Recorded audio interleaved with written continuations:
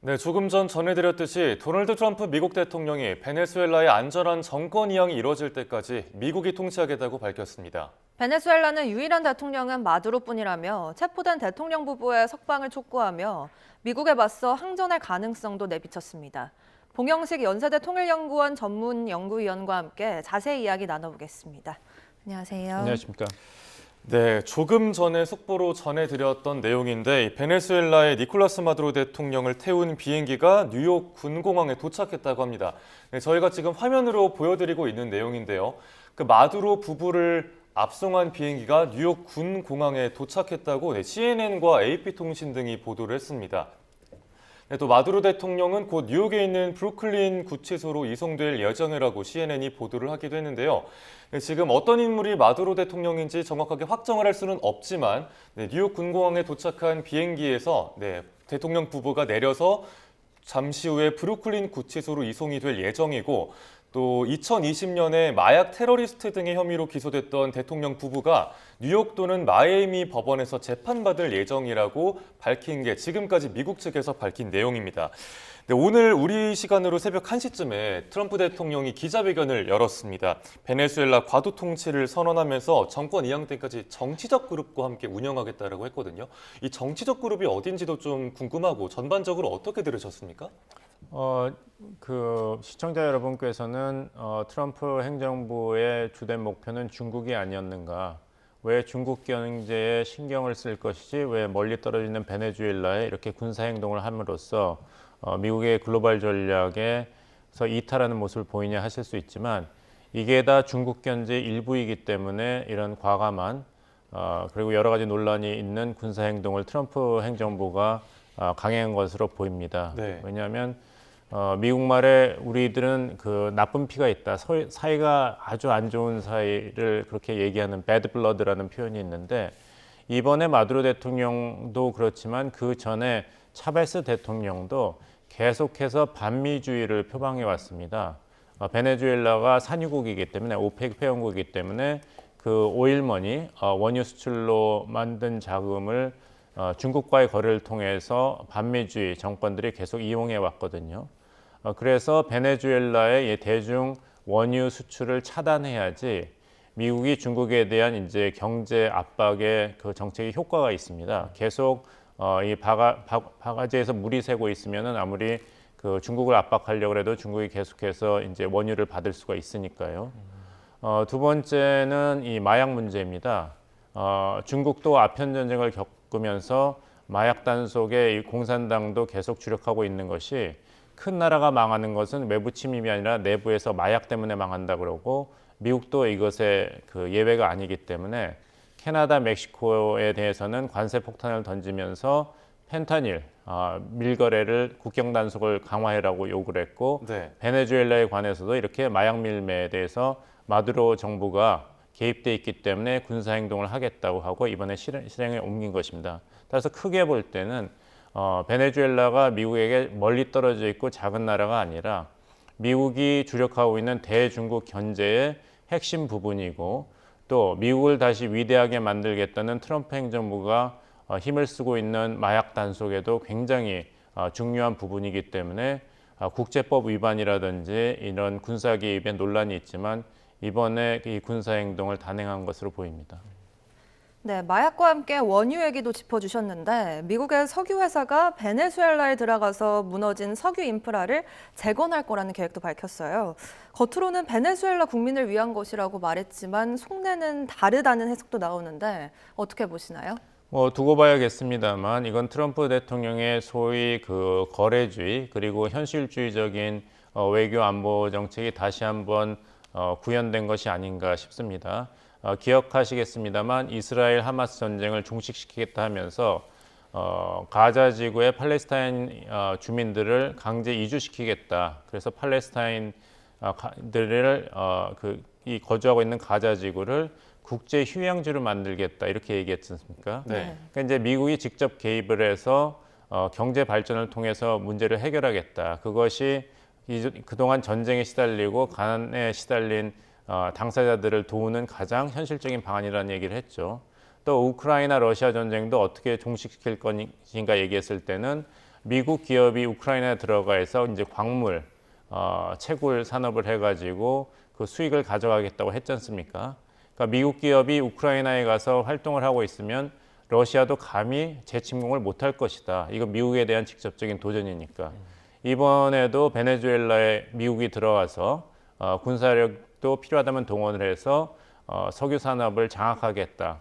이것이 그냥 미국이 이기적인 것을 추구하는 것이 아니라 삐뚤어진 이제 베네수엘라 그 석유 사업을 바로잡아서 베네수엘라 국민들이 경제적인 혜택을 실질적으로 받게 되지 않겠냐 이런 보관을 내세우고 있는 것이죠. 네, 일단 베네수엘라의 석유 사업에 좀 초점을 두고 미국이 이번 공격을 감행한 것으로 보이는데 그 마두로 대통령 공개된 사진 보면 눈 가리고 수갑 차고 이렇게 이송되지 않았습니까? 우선 미국이 왜 마두로 대통령을 공격했는지 좀 이제 마두로 대통령이 어떤 인물인지도 소개해 주시면 좋을 것 같아요. 니콜라스 마두로 대통령은 버스 기사 출신으로 그 아까 말씀드린 그 반미주의를 지속적으로 그리고 강력하게 표방했던 선임 대통령 휴고 차베스 대통령의 후계자입니다. 계속해서 3선 대통령을 역임했고요. 2013년부터 21세기 사회주의, 반미주의 강화를 주장해왔고 부정선거 논란이 있었습니다만 계속 권력을 잡고 있었기 때문에 미국 입장에서는 이제 외교적인 수단과 채널을 통해서는 소위 근본적인 문제 해결이 될 수가 없었던 것이죠. 작년에 이제 트럼프 대통령이 노벨 평화상을 학수고대했습니다만 받지 못했습니다. 네. 대신 받은 사람이 바로 이 마두로 대통령의 반대쪽에서 베네수엘라의 의회 민주주의를 위해서 싸웠던 자유투사 마리아 코리나 마치도였습니다. 그래서 이 마치도 여사가 수상을 하면서 트럼프 대통령이 개인적으로 전화를 해서 감사의 뜻을 표할 정도였죠. 그리고 이제 마두로 대통령 사실 이전 미국 행정부부터 현상금이 걸려 있었습니다. 이 마약 밀매 그 혐의로서. 네. 그래서 이번에는 이렇게 외부에서 현상금을 통해서 마두로 정권의 정권 교체를 시도한 것이 한계를 보였기 때문에 이제 과감하게 이제 군사 행동을 통해서 체포를 한 것인데 트럼프 대통령 입장에서는 할 말이 있습니다. 왜냐하면은 전임 민주당 대통령 오바마 대통령도 오사마 빌라덴 알카에다의 수장이 파키스탄에 있는데도 네이비스를 동원해서 사살을 했거든요. 파키스탄의 영토 주권을 미국이 침해한 것이죠. 하지만 9.11 테러의 주범이니까 미국은 정당한 행동을 했다고 이야기를 한 것이죠. 그렇다면 나의 이 마두로 대통령 체포도 베네수엘라의 뭐 주권을 위반했고 국제법을 위반했다고 하는데 오바마 대통령도 비슷한 일을 한 거 아니냐 얘기할 수가 있고 네. 더 가까운 신뢰는 뭐냐면은 아버지 부시 대통령 때 파나마의 이제 마약의 맹주 그리고 파나마의 방위군 총사령관 실질적인 제1 권력자인 노리에가를 체포했습니다. 그때도 비슷하게 미국의 특수부대가 가서 소위 그 군사 행동을 했는데요. 왜냐하면 그때 이제 노리에가 사령관이 대통령보다 더 위에 있는 사실상의 권력자였고 마약 밀매를 통해서 엄청난 부와 권력을 유지하고 있었는데 미국이 외부에서 이제 외교적 채널을 통해서 압박을 가하는 것은 아무 효과가 없었습니다. 그래가지고 당시 파나마 대통령 델바에가 노리에가 사령관을 사령관에서 이제 해임을 했어요. 그때 아버지 부시 정부가 미국 사회가 크랙이라는 화학 마약 때문에 너무 병들기 때문에 마약과의 전쟁을 선포했죠. 근데도 그 대통령이 노리에가를 해임했는데 오히려 의회가 나서서 대통령을 해임했습니다. 네. 그래서 부시 행정부가 이래서는 아무 결과 나오지 않겠다 해서 군을 동원해서 1989년 12월에 파나마 침공을 했죠. 그다음에 한 달 만에 노리에가를 체포해서 마이애미에서 기소를 해가지고 코카인 밀거래와 공갈, 돈 세탁 혐의로 유죄 판결을 내리고 미국 법에 따라서요. 그래서 노리에가가 미국 교도소에서 19년간 복역을 했고 그 다음에는 프랑스에서 또 마약 자금 세탁 혐의로 7년형을 복역했고 그 다음에 곡인 파나마로 갔는데 살인 교사 혐의로 20년형을 받고 계속해서 형을 살다가 죽었습니다. 그래서 이제 마두로 대통령의 운명도 이것과 비슷하지 않을까. 노리에가가 그럼 좀 약간 복선처럼, 선례가 있는 예. 것이죠. 이런 선례가 있기 때문에 트럼프 대통령도 이것을 인지해서 여러 가지 논란이 있지만 그때 아버지 부시 때 이것이 어떤 큰 논란이 없이 미국에 대한 큰 피해가 없이 넘어갔기 때문에 이번에도 이것을 할 만하다. 비판이 있더라도 이렇게 과거 사례를 통해서 나를 방어할 수 있다는 자신감이 있었던 것으로 보입니다. 네, 마두로 대통령에 대한 설명해 주셨는데 이제 베네수엘라의 입장을 짚어보겠습니다. 앞서 기자회견에서 트럼프 대통령은 베네수엘라 부통령이 대통령직을 승계해서 미국과 협조할 거라는 식으로 말했는데 베네수엘라의 입장은 달라 보입니다. 대통령은 마두로뿐이라며 식민지가 되지 않겠다 이렇게 반발했는데 미국에 맞서 항전할 가능성 어떻게 보시나요? 별로 높지 않다고 보입니다. 왜냐하면 지금 베네수엘라 경제가 지난 차베스 정권 때부터 그 복지에 주력을 했기 때문에 국가 재정이 건전한 상태가 아닙니다. 네. 마두로 대통령이 이제 후임자로 대통령을 삼선하면서 집권을 했지만 베네수엘라 경제를 회복시키지는 못했죠. 그렇다면은 새로운 베네수엘라, 좀 더 부유하고 생활 조건이 개선된 베네수엘라를 미국과 다음 정권이 약속을 하고 가시적인 성과를 낸다면 그렇게 민심이 이제 반미라든지 친 마두로 쪽으로 계속 확장이 될 가능성은 높지 않다. 네. 왜냐하면 미국도 밉지만 베네수엘라 국민 입장에서는 이 독재자였던 마두로 정권도 밉기 때문에 여기에 대해서는 그 베네수엘라 민심이 그렇게까지 반미로 한 방향으로 계속 진행될 것 같지는 않습니다. 그리고 마두로 대통령이 체포가 되었기 때문에 사실상 그 친마두로 세력은 이제 리더십이 없는 상황이죠. 그래서 네. 이런 세력 결집을 해서 베네수엘라는 절대 미국의 식민지가 되지 않을 것이고 이번에 베네수엘라 주권을 위반한 미국의 군사 행동에 철저히 보복하겠다고 말은 할 수 있지만 어떤 효과적인 대항 수단이라든지 보복의 행동에 나서기에는 리더십도 부재하고 자원도 부족한 상태가 아닌가 싶습니다. 네, 그럼 이제 베네수엘라의 정권을 트럼프 행정부가 누구에게 이양할 건지 좀 계산기를 두드리고 있을 텐데 그 앞서 말씀해주신 노벨 평화상 수상자 마차도에 대해선 뭐 그렇게 좀 가능성이 높지 않다라는 식으로 말을 하고 대신에 그 마두로와 대선에서 맞붙었던 뭐 에드문도 곤살레스 이런 사람을 얘기를 하더라고요. 어느 쪽이 조금 더 가능성 두세요? 좀 두고 봐야 될 것 같습니다. 이렇게 트럼프 행정부 입장에서도 지금 제일 조심하고 있는 것은 군사 개입입니다. 베네수엘라라든지 이번에 미국의 군사 행동에 직접적인 피해를 받은 국가죠. 아니면은 미국을 비판하고 있는 그 러시아라든지 중국 그리고 국제사회 국제법 위반이다, 주권주의 위반이다 하는 나라에서는 미국이 군사 개입을 했다고 하지만 트럼프 대통령 입장에서는 이거는 군사 개입은 아니다. 이라크 전쟁, 아프가니스탄 전쟁하고는 차원이 다르다. 한 번의 군사 행동이었을 뿐이지 네. 미국이 전쟁을 한 건 아니다고 이제 발을 빼고 싶을 것입니다. 왜냐하면 트럼프 대통령을 지지하는 핵심 세력 마가에서 제일 싫어하는 것이 다시 미국이 소위 국제 경찰 역할을 하는 것이거든요. 왜 미국이 납세자의 돈을 함부로 해외 전쟁에 쓰느냐? 왜 우리 젊은이들이 다른 나라를 위해서 나토 회원국들은 군인도 파견 안 하고 국방비도 쓰지 않는데 왜 미국이 아틀라스처럼 전 지구를 어깨에 짊어지고 계속 가야 되느냐 하는데 만약에 미국이 계속해서 베네수엘라에 깊이 군사적으로 개입한다면 트럼프 대통령은 지지 세력의 신뢰를 잃게 됩니다.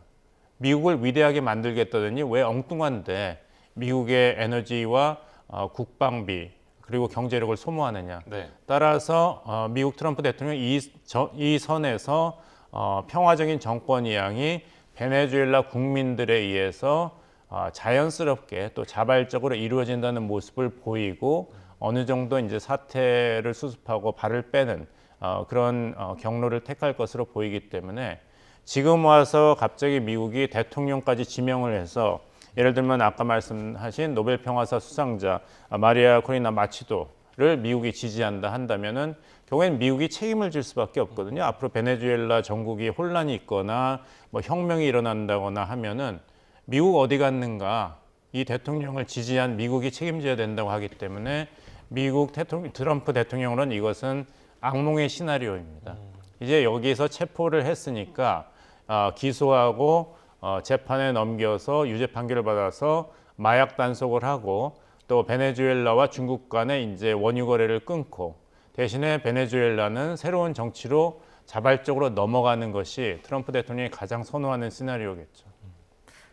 네, 미국 함대가 현재 베네수엘라 해상에 머무르고 있고 트럼프는 지상군 투입도 두렵지 않다. 미 함대가 대기 태세를 유지하고 있다. 이렇게 알려져 있는데 2차 공격에 대한 가능성, 또 확전 가능성에 대해 어떻게 평가하시나요? 가능성은 있지만 속임 목적을 달성했지 않습니까? 네. 마두로 대통령 부부를 체포했고 지금 미국에 이송을 해서 사법 절차를 시작할 준비가 돼 있기 때문에 어떻게 본다면 이제 군사작전 입장에서 본다면은 이번 군사작전 절대 결기라고 명명되었죠. Absolute Resolve는 성공하였습니다. 따라서 여기서 이제 베네수엘라 국내에 친 마두로 세력이 어떤 정도의 저항을 할 수는 있지만 이번과 같이 아니면 대규모의 군사 행동을 하기에는 미국 측에서도 부담이 되고 있죠.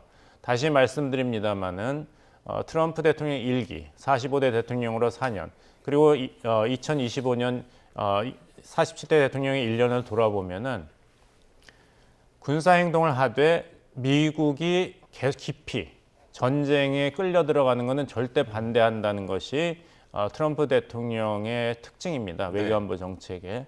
아프가니 전쟁 실수였다. 이라크 전쟁 실수였다. 전임자 조 바이든 대통령이 나토를 통해서 우크라이나를 지지한 것도 실수였다. 미국은 미국만을 보호해야지 다른 나라는 한국, 일본을 포함해서 부유하게 잘 사는데 자국의 방위는 자기 돈으로 해야 되는 것이 아닌가, 자기 군대로 해야 되는 것이 아니냐 이렇게 욕을 하고 있거든요. 근데 저항 세력이 미국에 대해서 어떤 행동을 한다 그래서 다시 한번 대규모 군사 작전을 한다는 것은 미국이 점점 베네수엘라라는 모래에 이제 끌려 들어가는 것이기 때문에 트럼프 대통령은 그걸 절대 원하지 않을 것입니다. 하지만 이런 식으로 모든 옵션이 테이블에 있다. 나는 뭐든지 할 수 있다고 얘기를 해야지 이제 저항 세력으로서도 트럼프 행정부가 어떻게 나올 것인데서 가늠을 하기가 어렵기 때문에 이것은 이제 전략적으로 하는 얘기고 네. 속내는 미국이 계속 군사적 정치적으로 연루되는 것을 결코 바라고 있지는 않습니다. 그 미국이 지난달에 새로운 국가안보 전략 발표했었잖아요. 그리고 이번 공격의 목표 중에 하나도 미국의 서반구 영향력 강화 유지라고 했는데 그러면 미국이 국가안보 전략을 발표한 상황에서 베네수엘라를 공격한 건 좀 하나의 강력한 본보기, 경고장을 날렸다고 해석해야 됩니까? 경고장뿐만 아니라 이제 행동으로 보인 것이죠. 말씀하신 그 국가안보 전략을 보면은 특징이 한국이 많이 언급이 됐어요. 네. 그러니까 한국에 대해서 요구를 많이 한다기보다도 이 국제적으로 군사 경제적으로 강국으로 떠오른 한국 같은 국가가 미국을 더 많이 도와줘야 된다 이런 얘기를 계속하고 있습니다. 그 국가안보 전략에서 이번에 처음으로 북한이 전혀 언급이 안 됐는데 이례적으로 한국은 굉장히 많이 언급이 됐습니다. 그러면 그 중에 하나가 뭐냐면 한국같이 부유한 나라가 남반구 말씀하신 남아메리카, 네. 베네수엘라, 브라질에서 이런 잘못된 경제 관행을 고치는데 큰 역할을 해야 된다. 대규모 투자에 앞장서야 된다. 이런 얘기까지 했거든요. 그 말은 뭐냐면은 미국의 말을 듣지 않고 중국과 거래를 하면서 이득을 보는 브라질이라든지 베네수엘라 이런 나라를 제압해야 된다. 그것을 미국이 할 뿐만 아니라 다른 경제 대국도 힘을 합쳐야 된다고 요구하고 있는 것입니다. 네. 그러니까 중국에 대해서 관세 폭탄을 던졌는데 중국이 반격한 카드 중에 하나가 미국으로부터 대두 수입을 중단한 것입니다. 중국 사람들은 돼지가 주식이기 때문에 돼지 사료 그리고 콩기름을 만들는 데 필요한 대두를 미국에서 수입해 왔는데 미국이 관세 폭탄을 트럼프 일기 때부터 때리니까 대두 수입을 40%에서 20%로 대미 의존도를 확 내리고 지난 4월에 트럼프 대통령이 중국에 대해서 대규모 관세 정책을 발표하니까 아예 중단을 했어요. 그러면은 이제 중부 지역의 대두 생산자들이 트럼프 지지층인데 거기에 대한 불만이 고조돼서 트럼프 대통령을 소외시키는 것이죠. 근데 중국이 살아남은 것은 미국으로부터 수입을 하는데 브라질로부터 수입을 했거든요. 그러니까 다시 말씀드립니다만 베네수엘라, 브라질을 그냥 공격하는 것이 아니라 예. 그 나라가 중국을 지지하는 것을 끊어야만 미국이 신냉전 시대에 중국과의 패권 경제에서 승기를 잡을 수 있기 때문에 이렇게 적극적으로 나오고 있는 것입니다. 네. 예, 지금 대담 이어가는 중에 속보가 하나 들어왔어요. 전해드리겠습니다. 합동참모본부에서 조금 전에 공지한 내용인데요. 북한이 동해상으로 미상의 탄도미사일을 발사했다라고 조금 전에 밝혀왔습니다. 뭐 발사 고도나 재원에 관해서는 아직 밝혀진 내용이 없고 합동참모본부에서 조사 중인 것으로 파악이 되고 있습니다. 다시 한번 전해드립니다.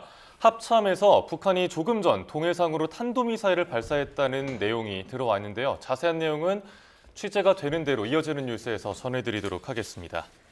네, 북한의 탄도미사일 속보까지 전해드렸고 저희는 대담 이어가도록 하겠습니다.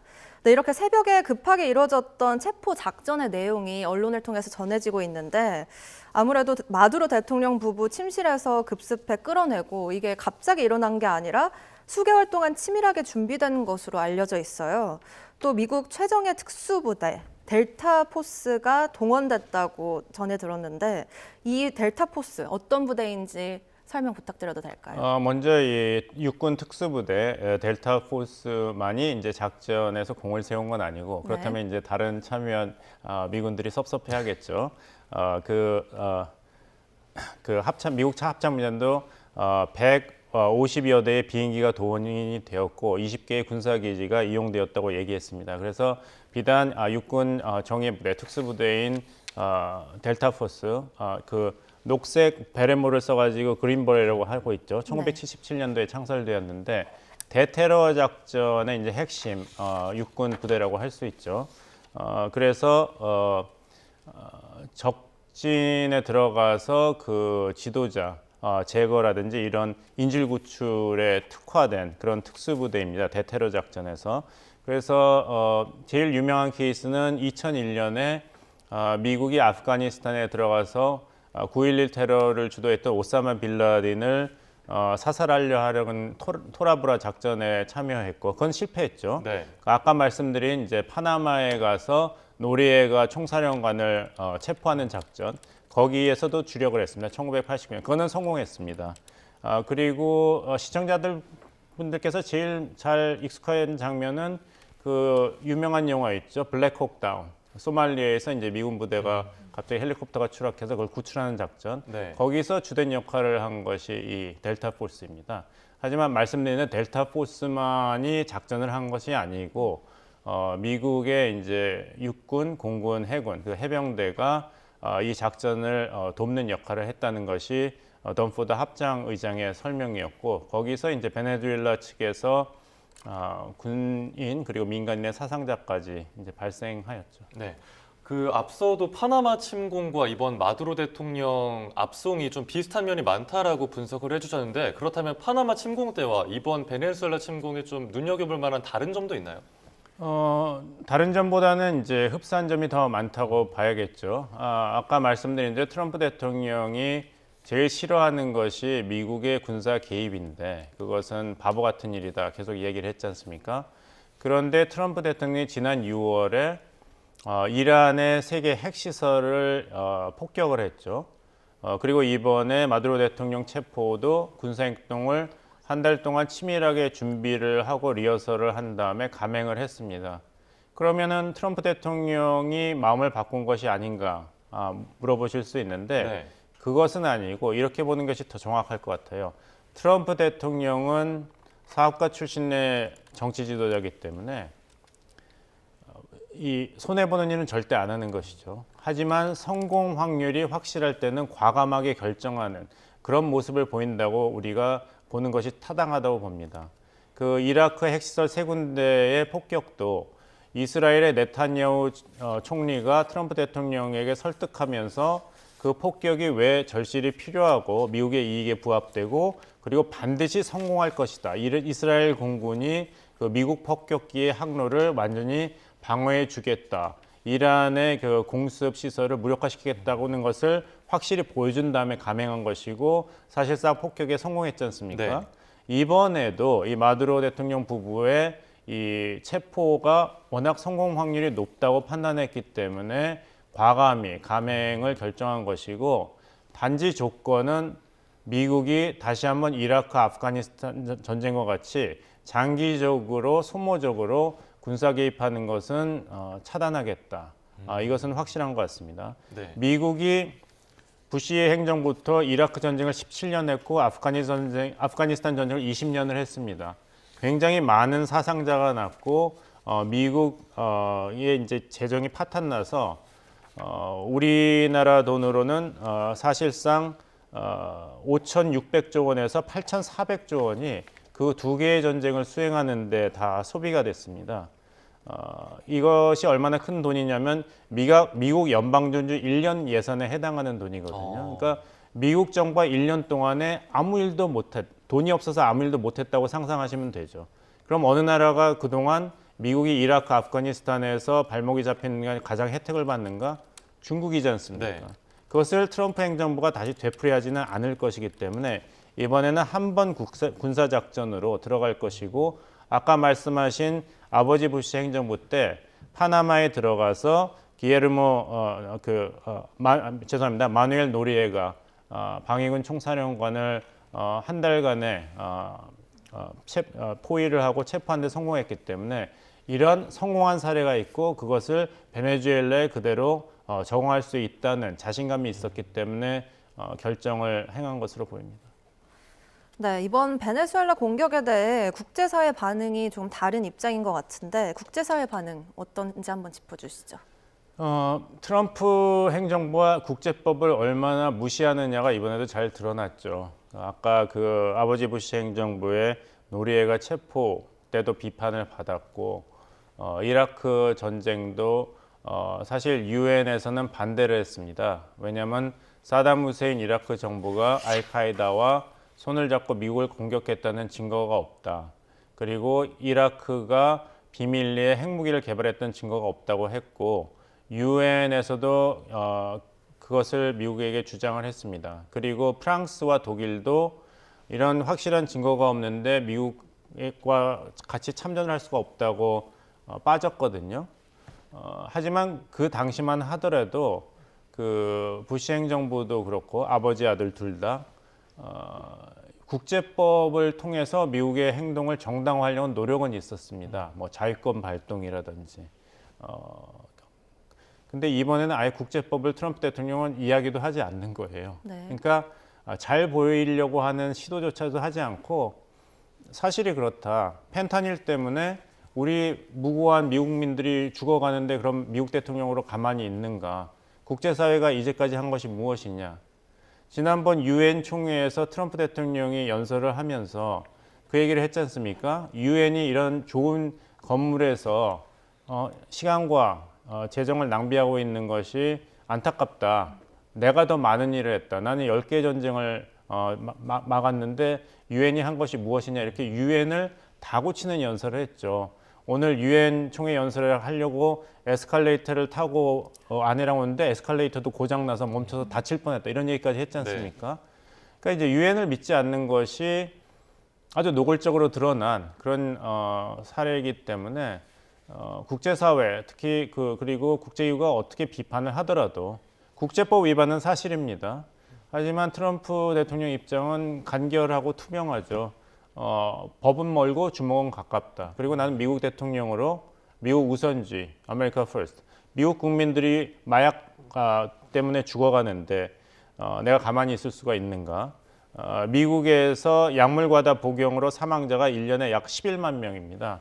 그중에 펜타닐 때문에 사망하는 숫자가 7만 5천 명인데 그래서 트럼프 대통령이 관세 협상을 할 때 캐나다, 멕시코와 할 때도 그냥 무역 얘기만 한 것이 아니고 투자 얘기만 한 것이 아니고 펜타닐 단속 얘기를 꼭 하지 않습니까? 네. 그만큼 나는 국민과의 약속을 지키는 대통령이다.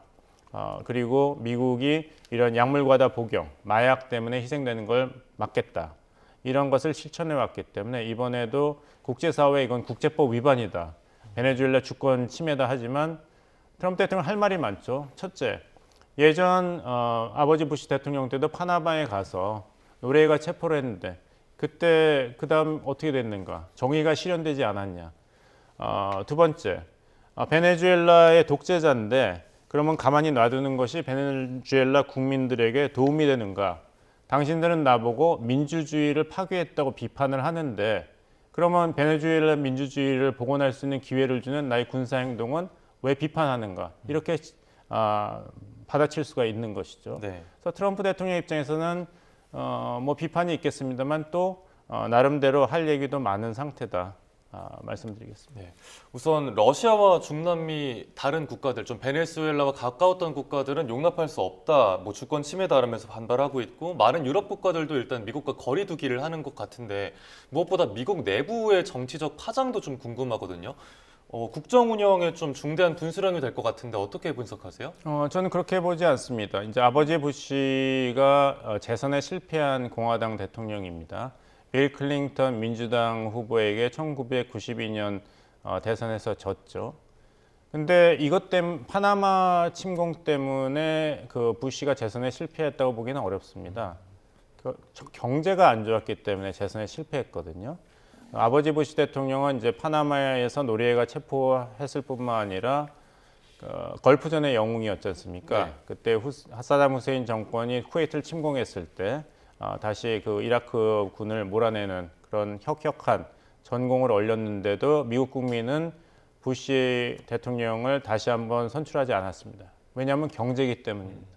트럼프 대통령이 왜 재선에 성공했는가? 그것도 4년 공백이 있는 징검다리 재선 대통령으로 45대 대통령 4년하고 46대는 조 바이든 민주당 대통령이었지만 다시 47대 대통령을 재선할 수 있었던 것은 단 하나의 이유입니다. 조 바이든 행정부 4년 동안에 미국 경제가 살인적인 물가고 때문에 미국 국민들이 등을 돌렸기 때문이거든요. 근데 이것이 장기화된다. 그래서 미국 경제에 어떤 타격이 있다 그렇다면은 이것이 트럼프 대통령의 치명적인 정치 위기로 작용을 하겠지만 그렇지 않고 경제를 잘 관리를 한다면 뭐 주변의 그 남미 국가들이 미국을 비판한다거나 유럽연합이 이것 때문에 미국과 거리를 두려고 한다 하더라도 이것은 아주 2차적인 그런 고민거리에 불과할 뿐입니다. 네, 미국에 미칠 영향 설명해 주셨는데 이번엔 베네수엘라에 미칠 영향을 한번 살펴보겠습니다. 베네수엘라 현재 경제가 어려운 상태고 치안도 불안한데 미국 공격의 지도자까지 잃었잖아요. 앞으로 베네수엘라의 미래 어떻게 될 거라고 보시나요? 결국에는 이제 경제입니다. 그 시리아도 정말 그 50만 명이 희생된 내전이 종식되었죠. 근데 그 다음에 이제 전후 시리아 정부의 가장 급한 과제는 경제 복원이겠죠. 네. 민생이 복원된다. 그러니까 민생이 복원이 되려면은 먼저 치안 유지가 돼서 사람들이 마음을 놓고 직장에 가서 일을 하고 아이들이 학교에 갈 그런 상황이 돼야 되기 때문에 그것이 제공이 된다면 베네수엘라의 새 정부가 어떤 정부가 되더라도 회복의 기미가 보이지 않을까 생각합니다. 예, 알겠습니다. 오늘 말씀 여기까지 듣겠습니다. 지금까지 봉영식 연세대 통일연구원 전문연구위원과 함께 베네수엘라 상황 짚어봤습니다. 오늘 말씀 고맙습니다. 감사합니다.